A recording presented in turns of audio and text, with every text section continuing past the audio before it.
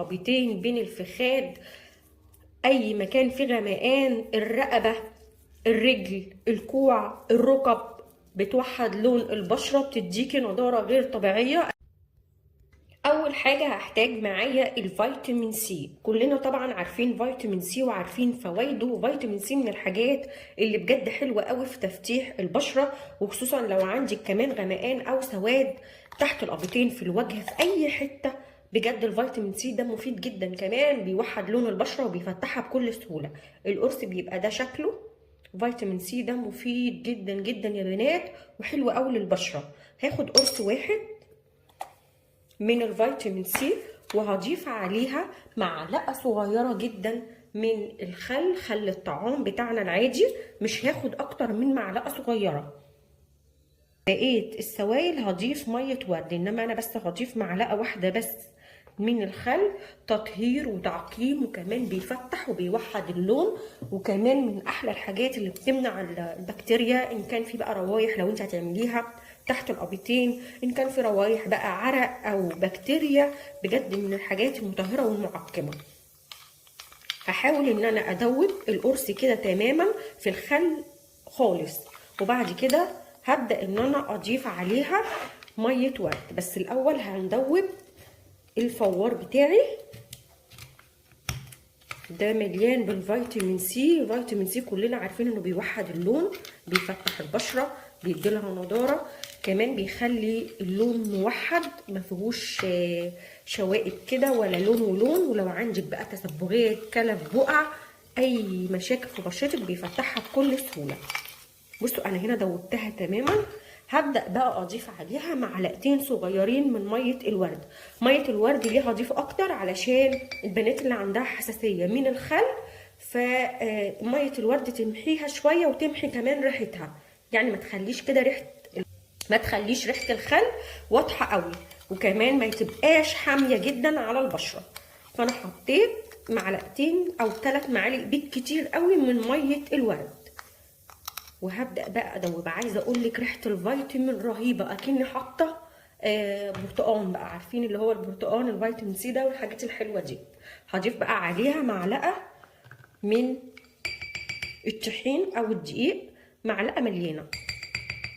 تمام. من الحاجات اللي بتفتح وبتشد البشره وبتدي نضاره الدقيق او الطحين، خصوصا لو عندنا بقى تجاعيد، بشره بهتانه، حلوه قوي. وكمان من الحاجات اللي بتدي قوام للوصفه وملمس حلو قوي. بصوا انا هنا نعمتها ازاي بالشكل ده. هبدا كمان اضيف عليها معلقه واحده من النشا او الكورن فلاور. هجيب معلقه تانية، معلقه كده مليانه من النشا او الكورن فلاور. النشا طبعا من الحاجات الحلوه قوي لو انت هتعملي الوصفه للبشره، بتمتص الدهون الزياده، وكمان بتقلل المسام الواسعه، وبتقلل التجاعيد، وبيشد البشره وبيفتح البشره جدا. هنا بس هدمج على قد ما اقدر، ولو احتجت احط ميه ورد هحط كمان معلقه. تمام تمام. هبدا بقى اقلب. اهم حاجه ما تخليش الوصفه معاكي سايله. طبعا الوصفه لو هنستخدمها للبشره للوجه ما نحطش خل خالص، يفضل ممكن نحط معلقه واحده بس من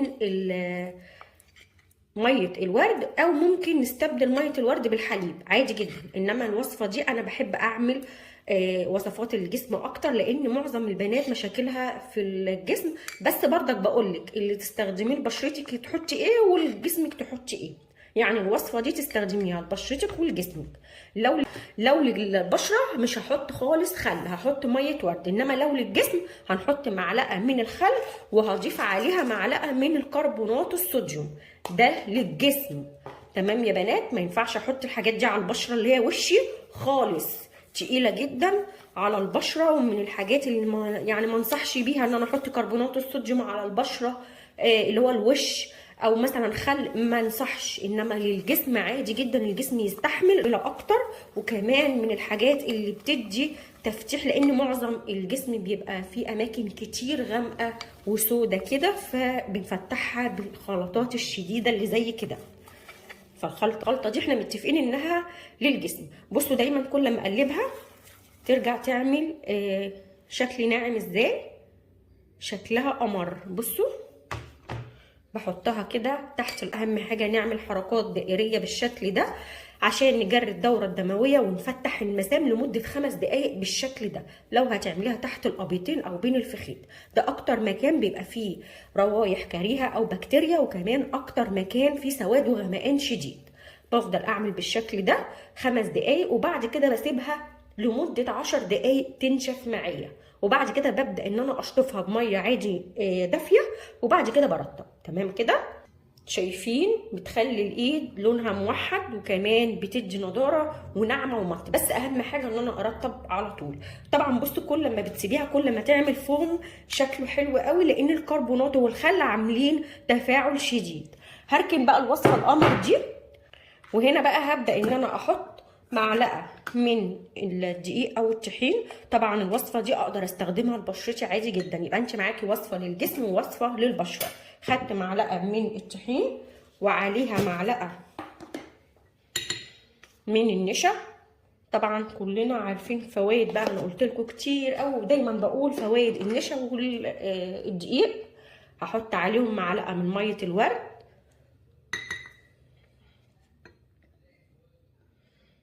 معلقه كده كبيره. نحاول نحط معلقه كبيره ونقلب الاول. لو حسينا ان احنا محتاجين تاني احط، لو حسيت ان القوام بتاعي بقى مناسب خلاص. يعني هنا كده هحتاج كمان معلقه.